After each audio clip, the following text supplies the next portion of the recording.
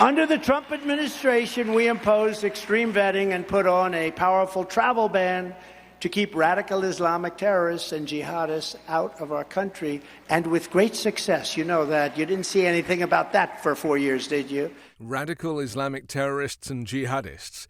The only people you kept out of the US for 4 years were Muslims. You basically banned Muslims from all Muslim-majority countries. Regular people, regular law-abiding citizens. People who had business in the US, who had family in the US, who had lives in the US, who couldn't get into the US because of your racist, xenophobic travel ban that had no bearing on anything. You did it in the first week of your presidency. You said, we are going to have a total ban of all Muslims entering the US until we can work out what the hell is going on. You never did work out what the hell is going on. Well, let me tell you. Homegrown terrorists, white people, your supporters are the people that are committing terrorism in the US, not Muslims. When I return to office, the travel ban is coming back even bigger and much stronger than before. The United States will not be condemned for the same fate as countries like France, which are truly going through hell right now. I will also order our government to deny entry to all communists and Marxists as required by law. Okay, so you're going to ban Muslims, more Muslims maybe, and now you're going to stop people at the border and you're going to be like, are you a fascist? Are you a Marxist?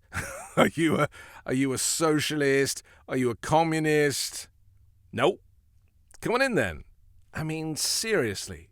It's getting to a point where fascism is just becoming part of the natural vernacular. He's not even hiding the fact that he's Hitler in a different costume. He doesn't care anymore. He's just going for it. He recognizes that the people that like him are the people who have a kind of desire to be as racist as he is, but they've never been given the opportunity to say it out loud. And because he is, they now can too. Our bigger problems is getting the ones that we have here out. The ones that got elected to office. We got some bad people, Shifty Schiff, and these people are sick people. They're bad people. They're liars and bad people. So you're now going to round up people in the US. Who are you starting with? The Jews? I mean, Adam Schiff is a Jew. You're going to round him up? You're getting rid of him because he's a Jew or because he's a socialist? Or what is it? I mean, you can't just say this stuff and not have anything to back it up with. And isn't this the point, that there is no law in the land that will ever allow this type of fascist behavior? And yet Donald Trump seeks to change that. And his plan is that by packing the Supreme Court with people who have these same far-right Christian nationalist, xenophobic and racist views that he has, that whatever he wants, the Supreme Court will be working for him. The Justice Department will be working for him. And he will be managing these branches of government, not as separate branches, but as his personal departments that respond to him and that he can dictate to. That is what he wants. That is where it's going to end up. And if you vote for Donald Trump, that's what you're going to get. Trump is soft on Russia. I was soft on Russia. We wiped out all those tanks with the guns. I gave them, and all the sanctions I put on. And yet I got along with Putin.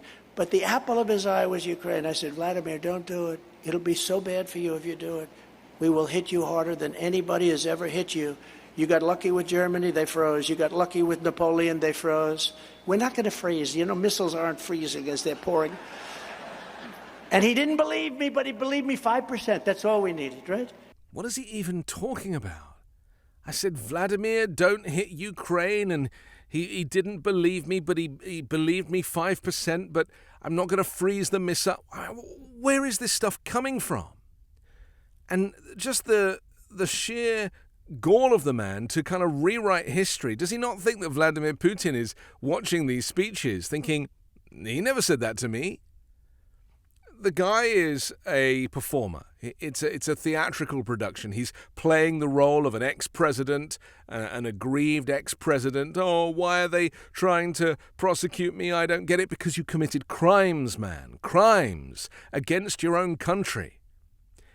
And until it kind of sinks in, and this is the problem with malignant narcissists, right? He will never know what he's done. He will never understand or accept the negative impact he's had on American society, American culture, American politics, and it's going to last decades. I mean, don't think that getting rid of this guy is going to change anything, because, he now has implanted mini Trumps all over the country, in the judiciary, in politics, in governors and mayors. The legacy of Trumpism is going to last a long time. And people need to realize that the alternative is somebody who has compassion in Joe Biden. Okay, he might be a little too old, but he is compassionate. He is not crazy. He's not a dictator. He's not an authoritarian. He's trying to forgive student debt, for goodness sake. Dictators don't do stuff like that. And Donald Trump is so against the very people that vote for him. He cares nothing for regular people. He just wants to change the tax code so that he and his rich friends can pay as little tax as possible. Not that that didn't stop him before. So, what do you want America to be like? How do you want it to play out? What kind of a country do you want to live in? And what makes me so sad is that it's a confidence trick. And all of these people that support him and follow him around to rallies, their lives did not get better under him. It's so sad, because he is milking them for money, wasting their time and their energy, causing division in their families. And they're just buying merchandise, and they're donating money, and they're showing up for rallies and giving him their last dime. And they've all been suckered. And they don't seem to realize they're voting for the wrong guy. If they voted Democrat, their lives would be better. They would have more money in their pockets. They would have access to more services in their community and beyond. It really is like turkeys voting for Thanksgiving. And it makes no sense to me. But as we know, it's a cult. This confidence trick is using undue influence. It's really taking the most vulnerable people and manipulating them, turning them against the other half of the population. And if Donald Trump thinks that there's 200 million people that support him, and that think like him, and that want to vote for him, then he is going to get a nasty surprise in November next year. Because in reality, the Trump support is minimal. They just make the most noise. I'm Anthony Davis. You can hear me every day on the 5-Minute News podcast, on Wednesdays on MAGA Uncovered, and on Sunday hosting The Weekend Show with Midas Touch.